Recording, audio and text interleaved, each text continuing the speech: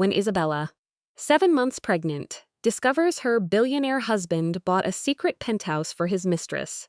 Heartbreak turns into strategy. She doesn't just expose him, she secures her future and protects her unborn child.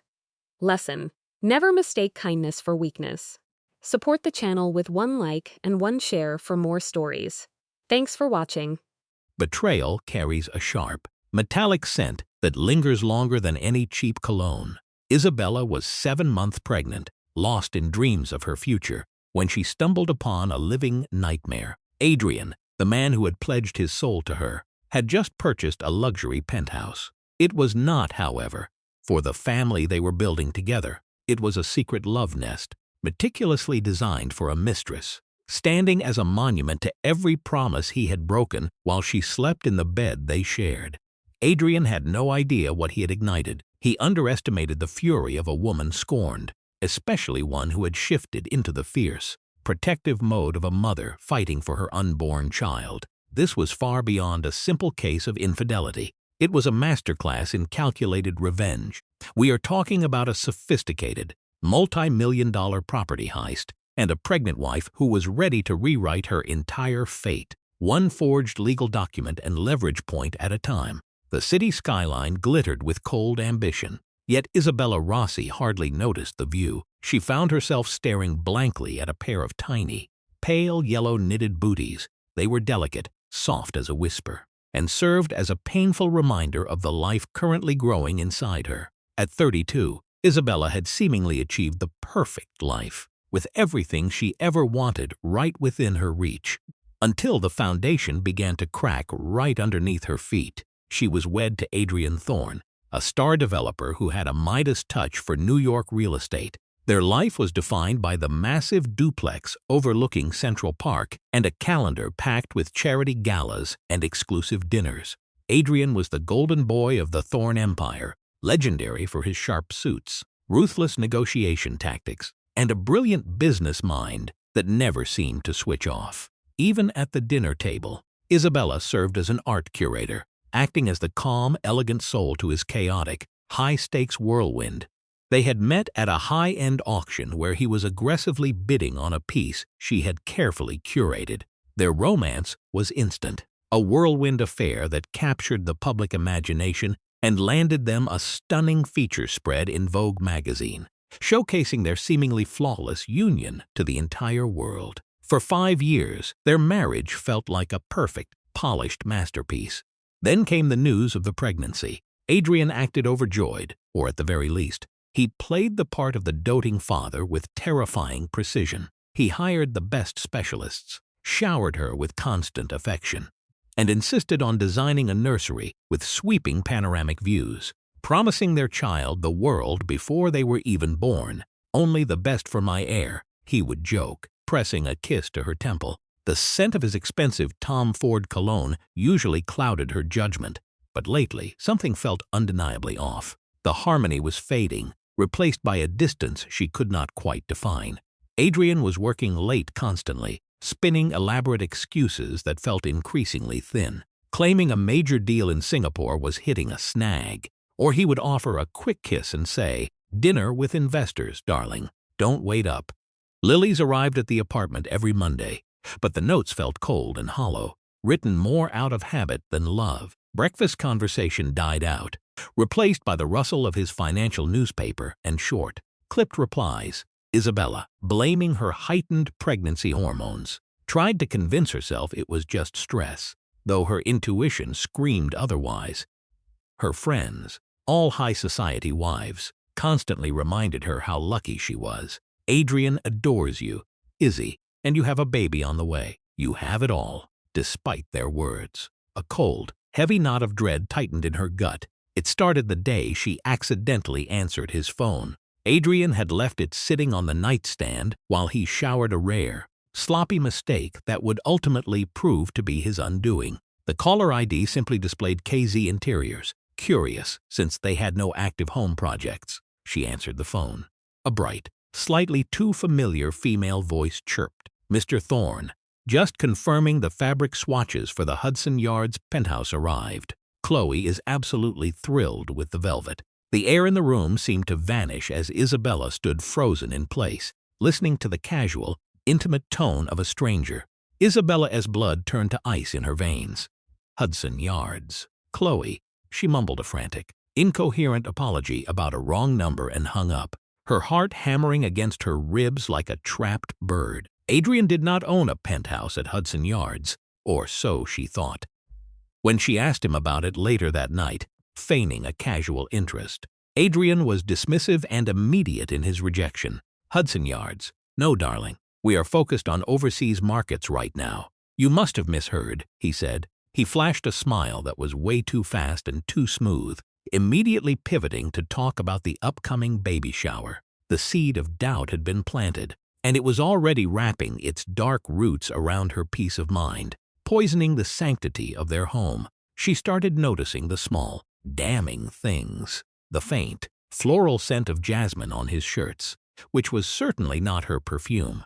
The way he tilted his phone screen away whenever a text popped up. The late-night boys' outings that dragged into the early morning. One Tuesday, while searching for a book in his private study, she found a Platinum American Express statement tucked inside a golf magazine. This was not their joint account. This was a secret, private stash of funds. Her hands shook violently as she read the long list of charges. Expenses from high-end boutiques, extravagant dinners at Daniel, a 2-Michelin-star restaurant they had not visited together in over a year. The numbers on the page began to blur, revealing a lifestyle he was living, without her knowledge. Then she saw it, a massive down payment, hundreds of thousands of dollars, paid to the developers of a luxury building at Hudson Yards, specifically for Unit B35. The baby booties resting in her lap suddenly felt heavy, like lead weights. The reality of his betrayal settled into her chest, cold and absolute, changing everything she thought she knew about their life together. The nursery Adrian was designing felt less like a room and more like a golden cage, constructed to keep her distracted.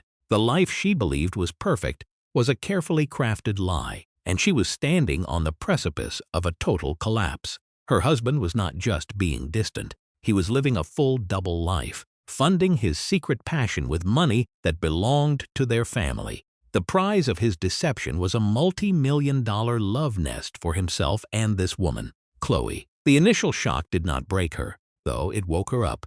The gentle, naive art curator vanished in an instant. In her place, a new woman emerged, with eyes as cold and sharp as the diamonds Adrian was likely buying for his mistress, ready to take back what was hers. Her baby deserved more than a broken home and a distracted, deceitful father. Her baby deserved security, and Isabella would make sure they secured it, no matter the cost. The game had just begun, and Adrian Thorne had absolutely no idea who he was playing against. The credit card statement felt like a venomous snake in her grip as she realized the true depth of his treachery. The cold, corporate lettering on the document contrasted sharply with the storm raging inside her heart. Hudson Yards, Penthouse B, Chloe. The name swirled in her mind like a toxic cocktail of rage and hurt. For days, Isabella moved through her life like an actor on a stage, performing her role with grace. She wore a perfect smile, but inside a massive, silent tempest was brewing. She attended her prenatal yoga classes and picked nursery colors with the designer Adrian hired, a pathetic attempt to distract her that she now clearly recognized. She played the role of the serene, expectant mother perfectly, but beneath that exterior, Isabella was hardening. Her grief was systematically turning into a blade of tempered steel, ready to strike when the moment was right. She did not just want suspicion.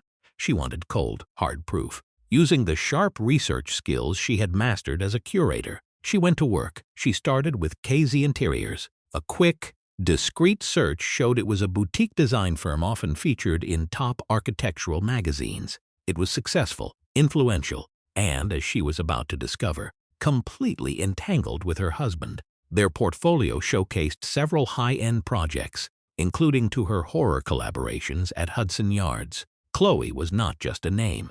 She was either the principal designer, Katerina Zelaleski, or perhaps something far more personal. Isabella turned her focus back to Adrian's laptop, knowing that if she wanted to survive this, she needed to see the blueprint of her own destruction. She knew his password, their wedding anniversary. A cruel, ironic joke that left a bitter taste in her mouth. One night, while Adrian was out at a fake dinner meeting about zoning permits, she slipped into his study. The room, usually his private sanctuary, now smelled strongly of his cologne, and it made her skin crawl to be in his space. Her fingers flew across the keyboard. She searched for Hudson Yards, Penthouse B. Chloe and KZ Interiors. The truth spilled out. Emails to bankers, fund transfers, and invoices addressed to Mr. A. Thorne for Penthouse B35. It was all there in black and white, the evidence of a secret life he thought he had successfully buried deep under layers of deceit. Then she opened an email from Katerina Zelaleski titled Mood Board and Initial Concepts. She clicked an attachment, and her breath hitched in her throat. These were not just architectural plans. There were photos of a strikingly beautiful woman with long dark hair and a predatory, confident smile, posing in a way that signaled she owned the room. She was posing provocatively in the nearly finished penthouse, standing by the floor-to-ceiling windows with river views, lounging in a master bedroom that oozed luxury. This was Chloe, and she was clearly treating the place like her own home. One specific photo twisted the knife deeper, showing the extent of his betrayal as he decorated his second life. Chloe wore a silk robe Isabella recognized instantly. It belonged in their own closet. Chloe laughed, champagne in hand, with his arm wrapped firmly around her waist. His face was not visible, but the Patek Philippe watch on his wrist gave him away immediately. It was the very same watch Isabella had carefully selected and gifted to him for their third anniversary. The study felt like a tomb of broken dreams. Isabella shut the laptop, cold rage washing away the initial shock. This was not just some meaningless fling. It was a secondary existence, built on lies and her own financial security. That penthouse was far more than just real estate. It was a physical manifestation of his complete disregard for their marriage. It was a monument to his betrayal. To twist the knife further, he had bought art from galleries Isabella personally supported, using her own professional passions to decorate his love nest. By the next morning, she knew she had to see it for herself. She needed to look into the heart of the beast to understand the scale of what she was up against. She needed to stand in that space to fully believe the depth of the deception. Pretending to visit a friend at Hudson Yards, she took a cab to that polished, glass-covered neighborhood on the west side. 35 Hudson Yards loomed above her, a sleek, intimidating beacon of immense wealth that seemed to reflect the gray, stormy sky above the city. Her palms were sweating as she reached the concierge desk. Her heart racing, she lied, claiming she had a gift for a Chloe Miller in Penthouse B, hoping the generic name would pass without question. The concierge, dressed in a sharp, perfect uniform, gave her a polite but firm smile that chilled her to the bone. "We have no Chloe Miller in Unit B," he said. "That place is listed under Thorne." Thorne. He did not even bother to hide it behind a shell company or a nominee. The sheer, breathtaking arrogance of it hit her like a physical blow, leaving her shaking with a cold, hard fury that replaced her fear. Isabella faked a confused look, her hand resting protectively on her belly. "Maybe it is under Adrian Thorne," she offered, playing the part of the confused associate. "I just need to drop these off for Chloe." The concierge, likely moved by her visible pregnancy and the mention of the wealthy, influential Thorne name, softened his stance slightly. "I cannot let you up, ma'am, but I can call Ms. Chloe to see if she is home." Isabella panicked inwardly. She was not ready to face the mistress yet, not while her mind was still processing the betrayal. "You know what?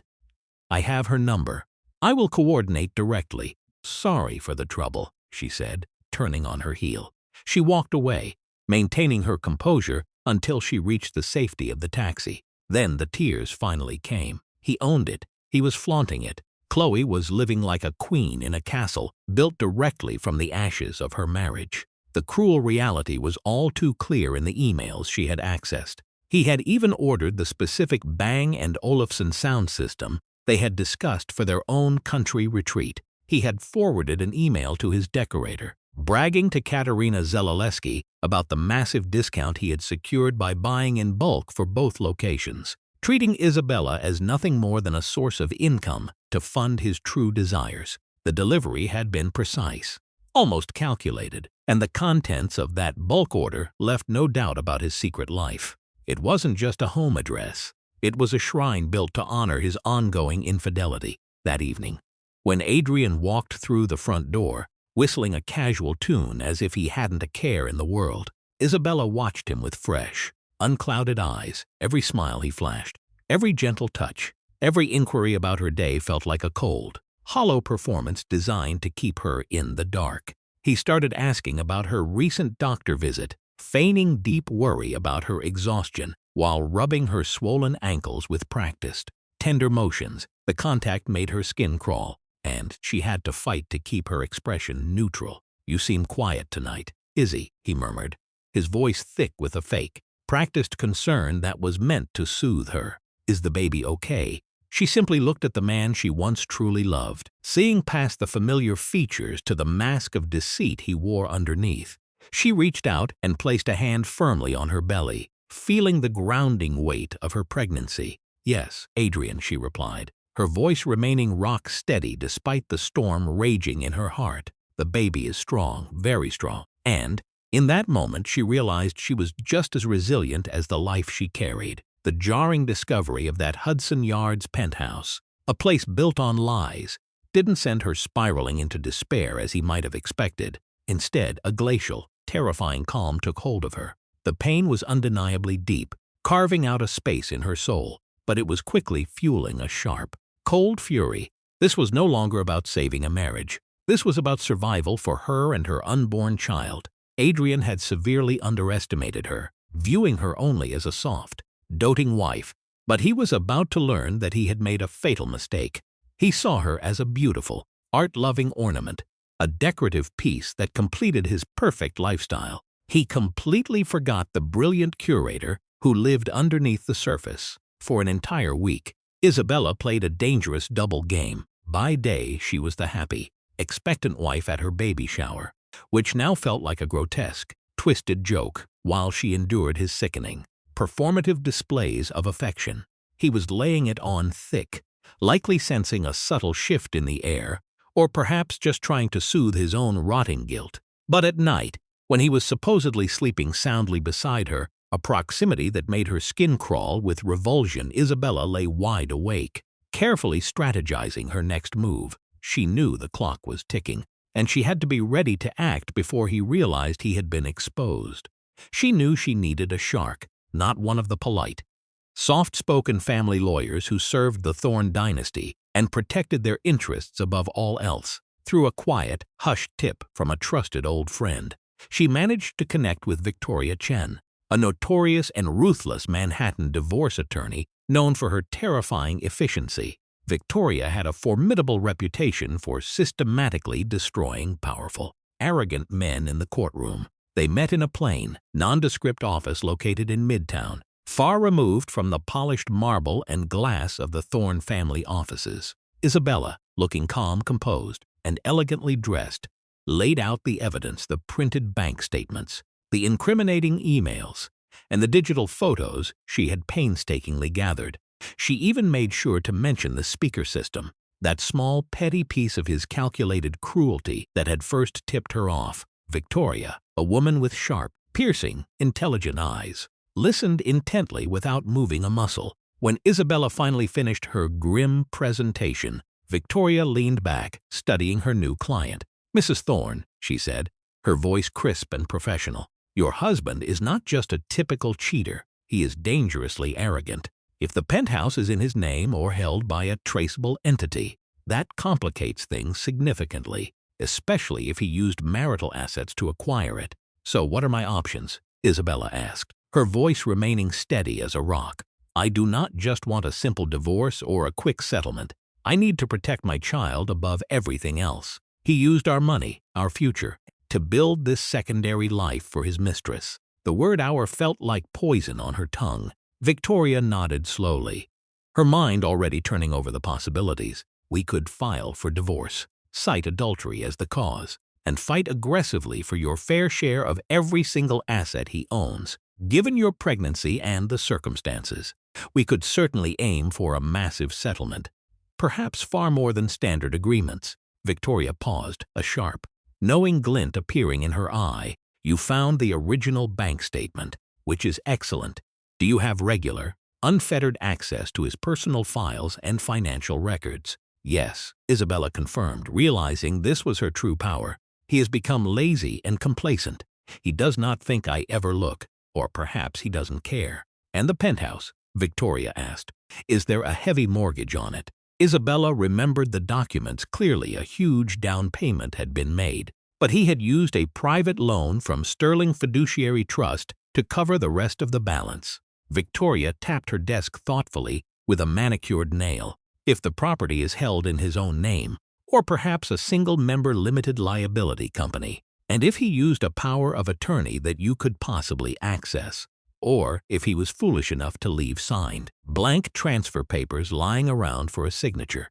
She let the thought hang in the air, waiting for the implication to sink in.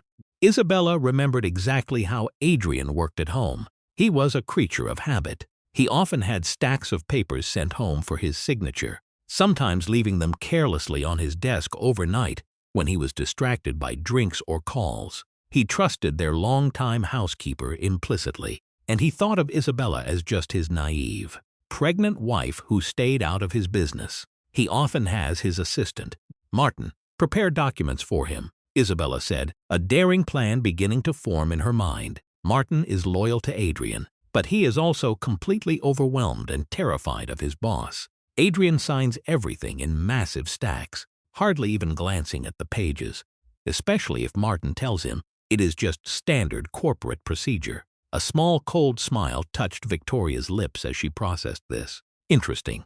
Now, transferring a deed without his direct knowledge is illegal and incredibly dangerous territory. Forgery is a serious crime. Mrs. Thorne, we need a different, safer path that keeps our hands clean. Isabella felt her hope sink for a moment as the reality of the danger hit her. Victoria leaned in close. It is all about his corporate holdings and the structures he uses. If he has a company for that penthouse, and if you are secretly a member, or if he accidentally added you to the title during a moment of, let's call it misguided love, or maybe simple, careless tax planning. He could have made you a joint tenant or a trust beneficiary without realizing the long-term consequences. That changes everything regarding ownership. Victoria then laid out a bold, complex plan that made Isabella's pulse race. It was not about faking a signature, which was far too risky. It was about using Adrian's own arrogance, his ego, and his messy financial web against him. It required perfect timing, deep, exhaustive research, and a level of grit and endurance Isabella never knew she possessed. Information is step one, Victoria explained with cool detachment. I need everything on that penthouse. Is it in his name? What about his signing habits? Does he use a specific notary? Are there digital security locks we need to worry about? We must map his entire system before we act. Over the next few weeks, Isabella became a skilled spy in her own home. She watched Adrian closely, noting every habit and routine. His assistant, Martin, prepped folders for him every few days. Adrian would just mindlessly sign them while scrolling through his phone or watching the nightly news. She learned he used an elderly notary named Arthur Pinter, who visited once a week. Arthur was lazy and trusted Martin blindly, which was a massive advantage. Victoria's plan was clear. Do not forge anything, facilitate. Make Adrian sign the documents himself, without ever realizing what he was actually doing. They would create legitimate-looking papers, such as an amendment to a trust or a routine asset transfer between his companies. It would include the penthouse, adding Isabella as the primary beneficiary. To him, it would just look like boring, standard asset protection that he didn't need to read. Isabella discovered the penthouse was held under a new limited liability company called Hudson Luxury Properties. He was the sole member. Perfect. Victoria started drafting layered documents, designed to blend right into the middle of Adrian's massive stack of daily paperwork. The key paper would transfer the company into a new, ironclad trust. Isabella would be the trustee and the sole beneficiary. The trick, Victoria whispered during a quiet private meeting, is the presentation. It has to look absolutely boringly standard to his eyes. It needs to be buried in the middle of a stack. Make it look like boring internal restructuring that his eyes would just slide right over without a second glance. Martin is the gatekeeper. If he puts it in the pile, Adrian will sign it without thinking. Isabella felt terrified, but her resolve was stronger than ever. How do I reach Martin without raising suspicion? Victoria smiled thinly. Use your knowledge of the office dynamics. Martin is drowning in work. What if urgent? Confusing papers landed on his desk from another department right when he is rushing to finish the stack for Adrian. Isabella's mind raced as she considered her options. Adrian always complained about the London office being slow and disorganized. She could use that frustration to her advantage. She knew Martin was desperate for a promotion and terrified of making a mistake. She had Victoria's legal genius. She knew Adrian's weaknesses, and she had the most powerful drive of all, the baby growing inside her. She would protect that life like a lioness protecting her cub. The trap was set. The penthouse, his symbol of betrayal, was about to become her shield and her final victory. The plan was a dangerous high-wire act, filled with 1,000 ways to fail, but she was ready. But to Isabella, the risk was nothing compared to being stuck with Adrian's lies for another year. She had crossed the line the moment she saw Chloe's smug face in those photos. That cruel gift, the speakers they once loved, had turned her pain into cold, hard steel that could cut through anything. This wasn't a heartbreak anymore. This was war, and she intended to win. Victoria had crafted the documents with the precision of a master architect. They were a symphony of complex legal filler. The centerpiece was a deed of gift, moving the penthouse into a new trust for Isabella. To anyone skimming the pages, it looked like dry, standard financial restructuring, the kind of thing the Thorne family did all the time to hide money. The whole plan relied on one weak spot, a single, tired human being who was just trying to get through his day. Martin, the assistant. Isabella had studied him for weeks, watching how he managed his time and his stress levels. He was loyal and hard-working, but he was also underwater, desperate for a title change, and terrified of looking disorganized to his demanding boss. He was perfect for a little calculated chaos.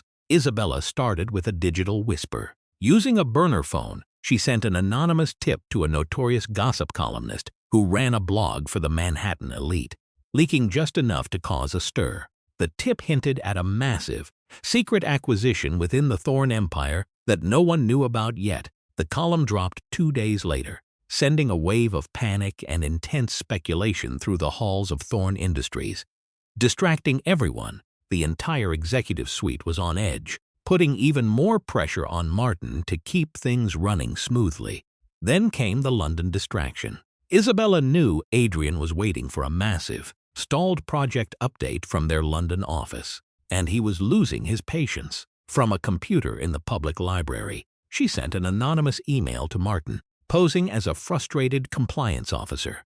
She warned that the London documents were finally coming, but they were a disaster and required urgent signing by Mr. Thorne before the deadline. To sell the lie, she attached a few confusing, harmless pages and a corrupted file. As predicted, when the messy London package arrived on Thursday, Adrian's favorite day to sign documents, Martin was already panicking about the backlog.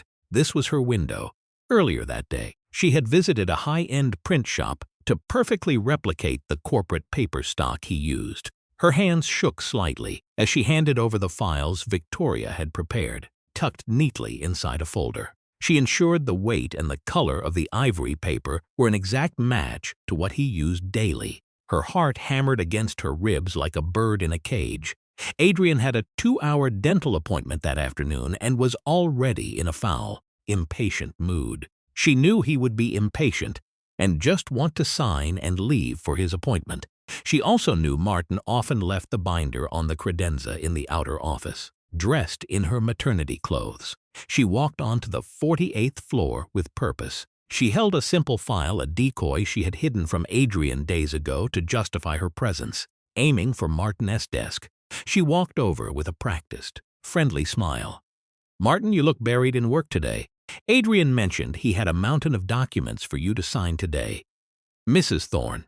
It was one of those crushing, Suffocating days where everything that could possibly go wrong decided to do so all at once. He stood there, stammering through his words while nervously raking a hand through his hair, his eyes darting toward the desk where phones were ringing off the hook. The situation at the docks was a total disaster. And then, to make matters worse, the legal team had just dumped a massive, entirely new compliance stack right on his desk. Isabella watched him, her voice dripping with the kind of false, syrupy sympathy that only she could muster.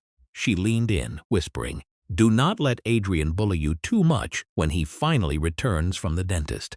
He is always such a bear after he has work done," she said, smoothly sliding her heavy manila folder right onto his cluttered, chaotic desk. Her eyes swept across the room with clinical precision, and there it was, the thick, expensive signature binder resting on the credenza, left behind while Martin fumbled with the mounting pressure of his morning. A shrill, insistent ring from his private line suddenly demanded his full attention, pulling him away and leaving the desk unattended for exactly the amount of time she had been praying for. The air in the room felt heavy with the weight of the plan she had been secretly building for months. As Martin swiveled his chair around to take the urgent call, Isabella made her move with the practiced ease of a magician.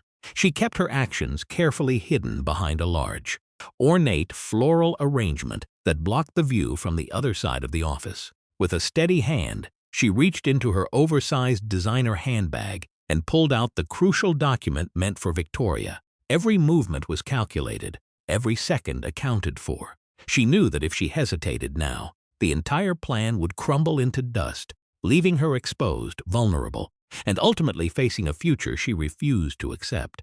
In one breathless, heart-pounding moment, she reached the credenza, flicked open the heavy binder, and slipped her folder deep into the middle of the stack. It was done. She quickly made her excuses, her voice sounding steadier than she felt, and walked out of the office. Her legs felt like jelly. Turning to lead in the elevator ride down, the wait for the evening was pure, psychological torture. That evening, Adrian came home looking completely exhausted, just as she had expected. He was the perfect, oblivious Mark, his arrogance blinding him to the shifting tectonic plates of his own carefully curated life. He grumbled loudly about the dentist, poured himself a stiff double scotch, and slumped heavily into his favorite leather chair. Isabella watched him from the sofa, feigning complete indifference while pretending to read a magazine, though every nerve ending was firing. Finally, he grabbed his leather briefcase and pulled out the signature binder.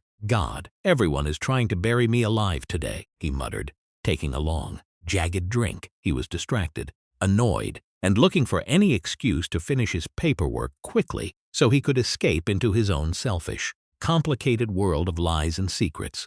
Isabella held her breath, her heart hammering against her ribs like a trapped bird. He flipped through the pages with a bored expression, his pen a blur as he scrawled his arrogant signature line after line. He barely looked at the contents, his mind clearly somewhere else on Chloe, or perhaps on his next predatory business deal. Then, his hand hovered, and he hit the documents meant for Victoria. Isabella felt the room spin, the silence suddenly deafening as she waited to see if he would actually pay attention for once in his life. The tension was thick enough to cut with a blade. Her blood ran cold as his hand paused, his brow furrowing at the title on the page, Deed of Gift. Isabella braced herself against the couch, nausea rising in her throat like a tide. "What in the world is this ridiculous structure?" he mumbled, squinting at the page. He scanned the lines, his eyes moving over the complex legal jargon. Then, with a dismissive shrug, he seemed to reach a conclusion that fit his own inflated ego perfectly. She didn't dare move, didn't dare breathe, as the seconds ticked by, each one feeling like an hour of her life slipping away in the balance. Just more boring legal red tape from finance. Probably a tax dodge his father's lawyers cooked up, he muttered to himself. He signed his name. The mark was bold, decisive, and utterly, wonderfully clueless. He signed the trust. He signed the transfer. In 3 seconds, he unwittingly signed away his prized multi-million-dollar penthouse. Isabella felt the rush of adrenaline sweep through her veins. It was the most beautiful sight she had ever witnessed. The trap had snapped shut, and for the first time in their marriage, the absolute power in the room had shifted entirely into her hands.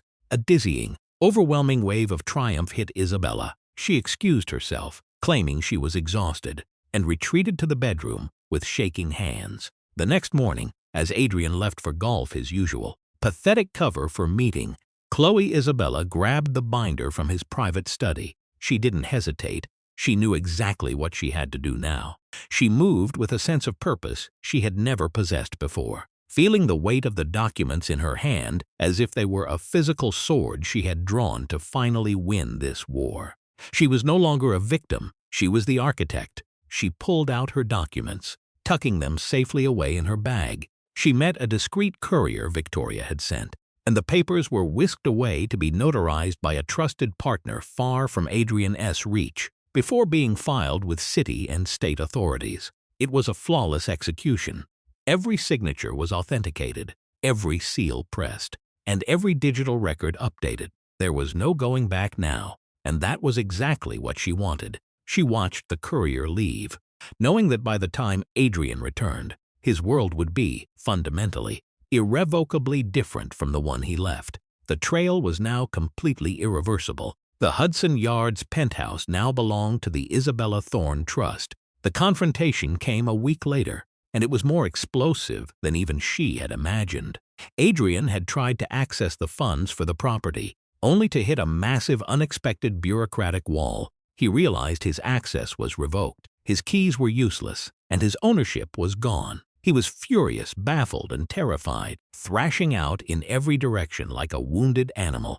He had no idea who had done this to him, but he was about to find out exactly who. He had ordered a frantic Martin to investigate, and the truth came out. Isabella was in the nursery, carefully hanging stars on a mobile, when he stormed into the room. He wasn't just mad, he was a spectacle of absolute, unadulterated rage. His face was a mask of thunderous, shaking disbelief.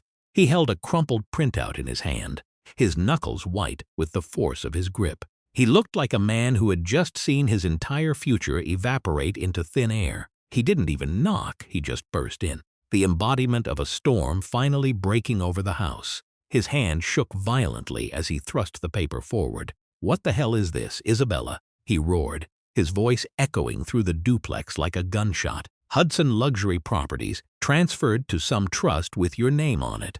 My penthouse." Isabella turned around slowly, her face perfectly calm, her movements graceful and unhurried. She looked at him with an expression of mild curiosity, as if he were just a rude guest who had forgotten his manners. The contrast between his frantic, sweaty panic and her icy, composed stillness was the ultimate insult to his vanity. "Our penthouse." "Adrian," she corrected him quietly, "I thought it was your very special private project, the one with Chloe, the one with the sound system I always wanted, but you never cared to provide." Adrian's jaw literally hit the floor.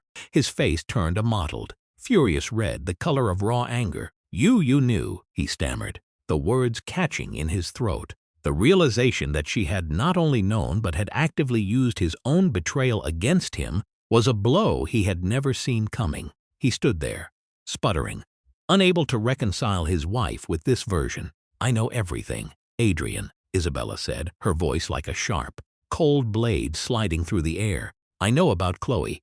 The dinners at Daniel on our account, the expensive lingerie, the diamonds. I know about the lies, the late nights, and the pathetic, transparent excuses you gave me every single time." She spoke with a rhythm that left no room for argument. She wasn't yelling, she was stating facts. And each fact was a heavy stone being dropped onto the wreckage of his reputation. She held his gaze, refusing to blink, forcing him to witness the total destruction of his lies.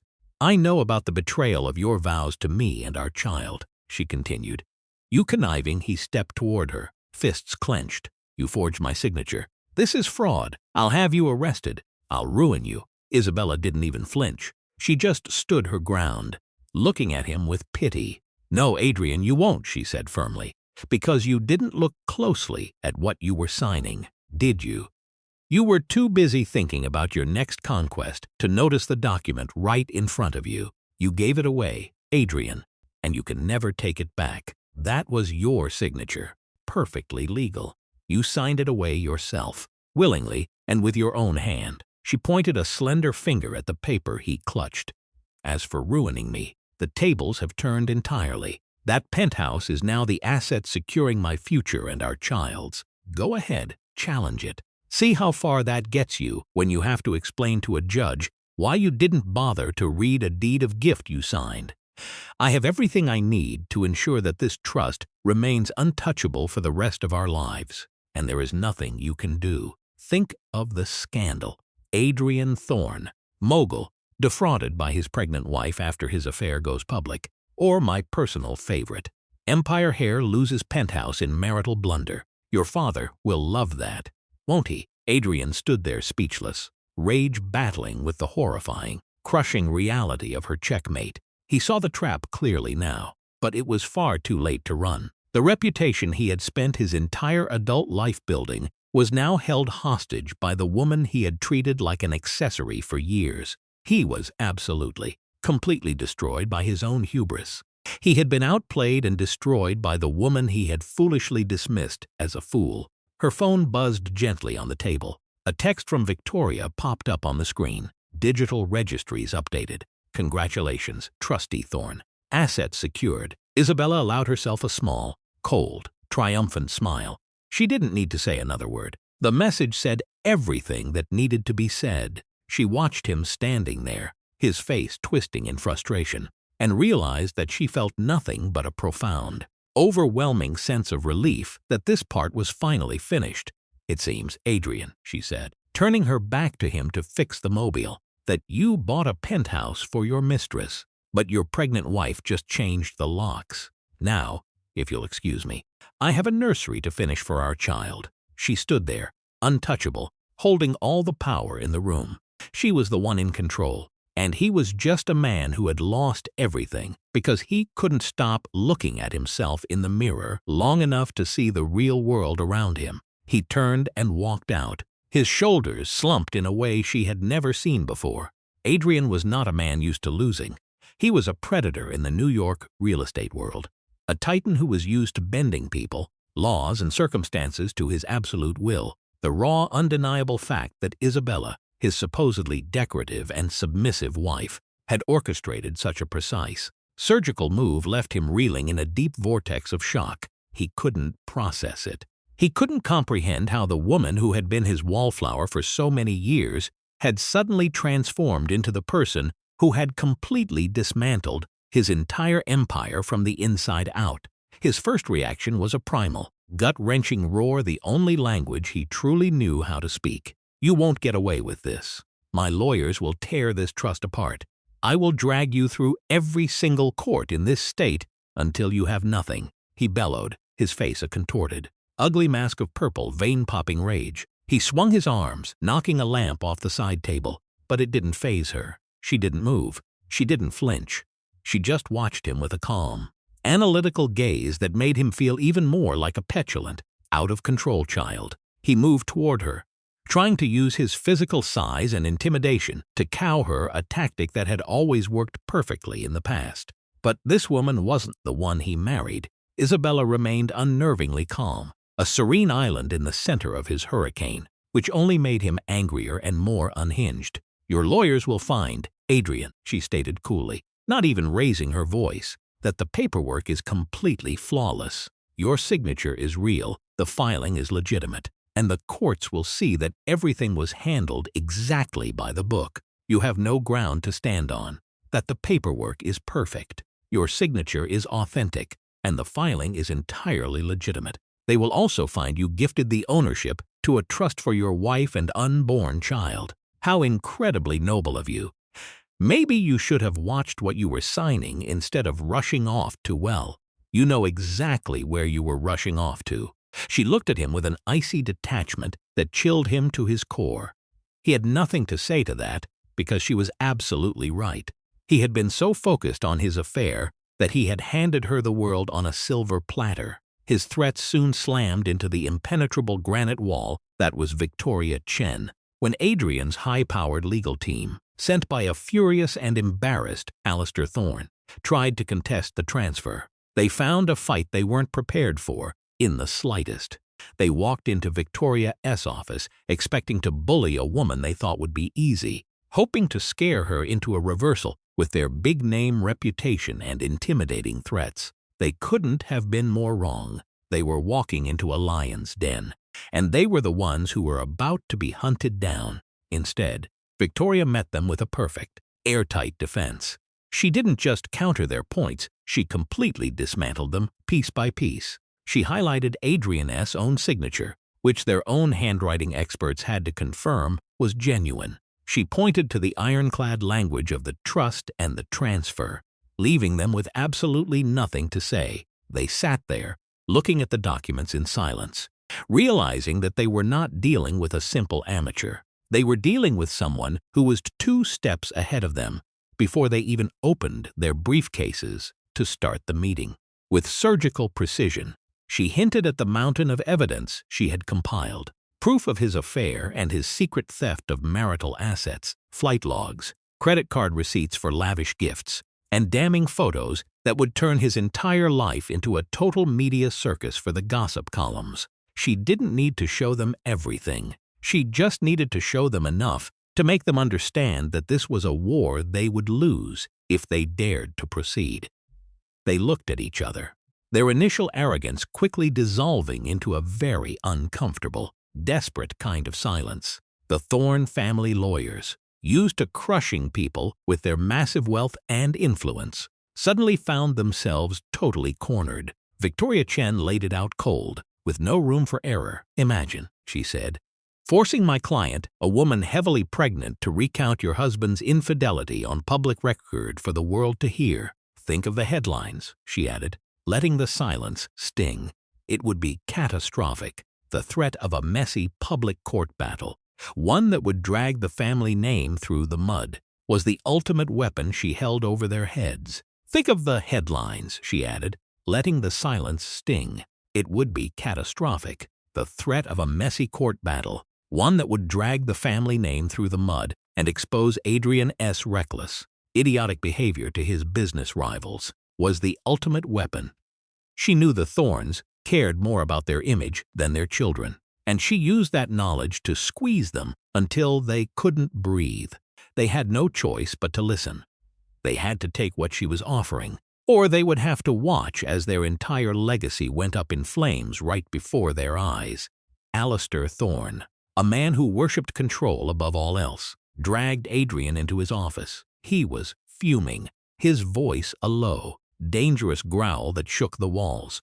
He wasn't mad about the affair itself, that was just typical in his warped eyes, but about being outsmarted by a woman he had severely underestimated from the start. He looked at his son and saw nothing but a failure, a man who had allowed his own personal life to become a liability to the empire.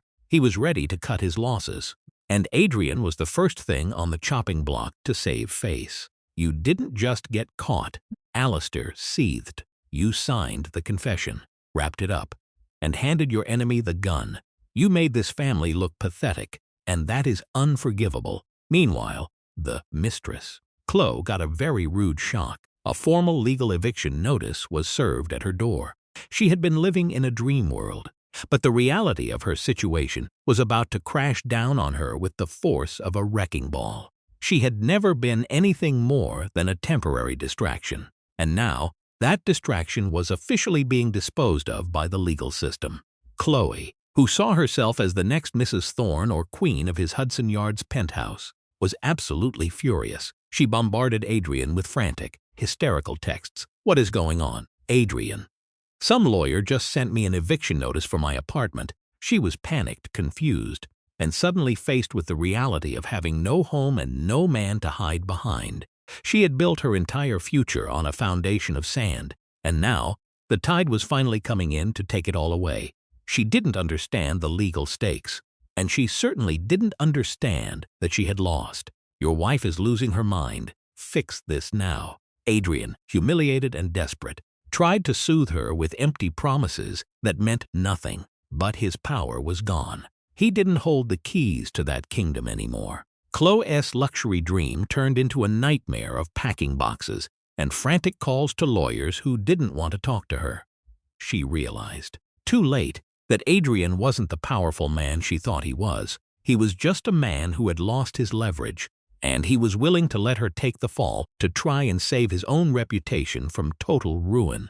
The designer clothes, the furnishings, the illusion of a secure, elite life, it all crumbled. She had tied her fate to a sinking ship, and now she was going down with it. When it became clear Adrian couldn't, or more accurately, was strictly forbidden by his father to buy her another place, things got truly ugly. The mask slipped, and the real Chloe emerged, angry, vindictive, and desperate. She realized that she had been used just as much as Isabella had been, and the realization made her even more dangerous to the people who had brought her into this mess. Chloe's true colors finally came out. Her tears turned into bitter, hollow threats to sell her sordid story to the press that only made Adrian's position significantly worse. The battle over that penthouse became the biggest, most difficult hurdle in the entire divorce settlement. Every time they got close to an agreement, some new piece of evidence or some new threat would emerge to derail the progress. Isabella remained steadfast, knowing she held the winning hand, while Adrian scrambled to find a way out of a trap that he had set for himself with his own hand. Adrian, under immense pressure from his father to hide the scandal, faced Victoria Chen's cold resolve and finally gave in. The last meeting was pure, unadulterated defeat for him. In exchange for Isabella's quiet divorce and a strict, ironclad confidentiality deal, the penthouse remained hers. He had to sign away his rights, admit defeat, and walk away with nothing but the clothes on his back and the stain on his name. It was the end of the road, and he knew it. He watched as the papers were signed, realizing that he had finally lost everything he ever cared about. On top of that, a massive, life-changing child support agreement was signed, and a huge chunk of their shared assets were handed over to Isabella, free and clear. Adrian was left fuming, his reputation ruined, his bank account drained, and his ego absolutely shattered beyond repair. He had wanted to win, to dominate, and to control, but he had ended up becoming the exact opposite. He was the cautionary tale. Isabella walked out of that room not just as a survivor, but as a woman who had taken back her life, her power, and her future, leaving him to deal with the silence. The Thorn Empire was trembling, and the whispers followed Adrian into every boardroom, sticking to him like a bad reputation. His once legendary golden touch seemed to have vanished entirely, leaving shareholders nervous and the board looking for an exit strategy. Alistair, always the pragmatist, quietly began to sideline his son, orchestrating a subtle corporate coup that effectively shoved Adrian out of the spotlight and positioned his younger sister, who was far more stable and reliable, as the clear successor to the throne. For Isabella, the months that followed were a time of profound and quiet personal transformation. The crushing stress of the divorce and the scandal had been heavy, but it was slowly being replaced by a blossoming sense of her own hidden power. She finally walked away from that sprawling Central Park duplex, leaving the ghosts of her failed marriage and the hollow memories of her old life behind for good, finally stepping out from under the weight of someone else's expectations and betrayals. She decided against ever living in that sprawling Hudson Yards penthouse herself, despite its high market value and stunning views. To her, it was nothing more than a trophy of war, a cold space tainted by the sharp memory of his infidelity. With Victoria's help, she decided to lease it to a high-profile hedge fund manager, ensuring that the massive monthly rent checks went directly into her child's trust fund, turning a symbol of her past suffering into a secure foundation for her daughter's future. With a portion of her divorce settlement, she purchased a beautiful, light-filled brownstone in a quiet and charming Brooklyn neighborhood. It felt like a real home for the very first time, a private sanctuary she had chosen and fought for all on her own terms. She poured her energy into her health, her baby, and the simple, overlooked process of rediscovering the things that actually made her happy, far away from the shallow, glittering world of Manhattan elite society. The gentle, observant art curator she had once been had not vanished. She had simply evolved, merging with the sharp, calculated strategist who now lived within her. She started consulting for private galleries on her own terms, setting her own hours and picking her own clients. Her professional reputation grew rapidly, fueled by a new deep-seated respect from others for her quiet, razor-sharp intelligence and her ability to navigate even the most difficult art world negotiations. A few weeks before her due date, a small, unmarked, and anonymous package arrived at her brownstone doorstep. Inside, carefully resting on delicate tissue paper, was a single perfect yellow-knitted baby bootie. It was a precise match to the one she had held in her hands months ago, the day her old life had completely fallen apart in the shadow of Adrian's lies. It was a strange, haunting artifact from a time of deep sadness, now appearing as a curious piece of her past. There was no note included, but Isabella immediately suspected the gift was from Martin Poole. It felt like a quiet, understated gesture of apology and a silent acknowledgement of her victory in the face of impossible odds. She knew she would never truly know for sure, but it felt like a final, necessary closing of that entire painful chapter. When her beautiful daughter, Olivia Grace, was finally born, Isabella felt a wave of love so deep and overwhelming it changed everything.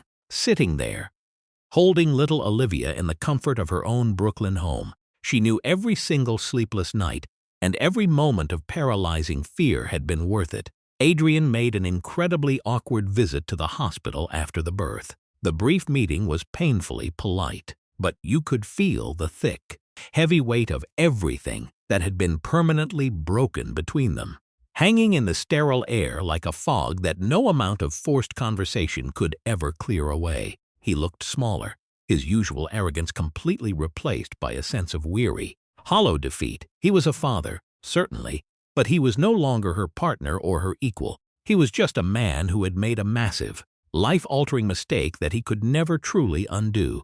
Isabella Rossi Thorne didn't just survive the storm, she won. She emerged from the chaos stronger, more defined, and entirely in control of her own destiny, leaving the broken man she once loved in the rearview mirror. The glittering, overpriced penthouse still stands tall on the Manhattan skyline, but for those who know the truth, it is no longer a monument to his infidelity. It stands as a testament to a pregnant wife's quiet courage and her fierce refusal to be treated as a victim in her own life. She rewrote the ending of her own story, and as she looked at her daughter, she knew the very best parts of her life were still ahead, waiting for her in the quiet light of a new morning.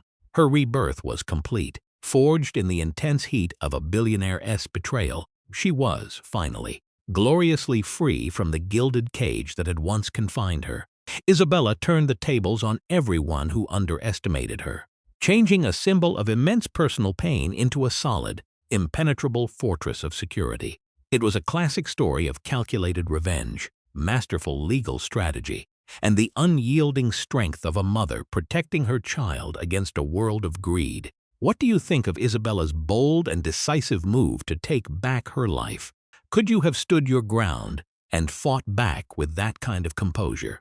Drop a comment below and let us know your thoughts. If you truly loved this gripping story of high-stakes drama and ultimate justice, hit that like button to let us know. Please share this video with a friend who really loves a good, satisfying comeback story. We love hearing from our community members. Most importantly, subscribe to the channel right now for more incredible tales of fortunes lost, reclaimed, and the drama that happens in between. Make sure to hit that notification bell so you never miss a new story when it drops. You honestly will not believe what happens in the very next video, so stay tuned for another unforgettable narrative. Thanks for watching, and we will see you in the next one for more shocking twists and powerful resolutions.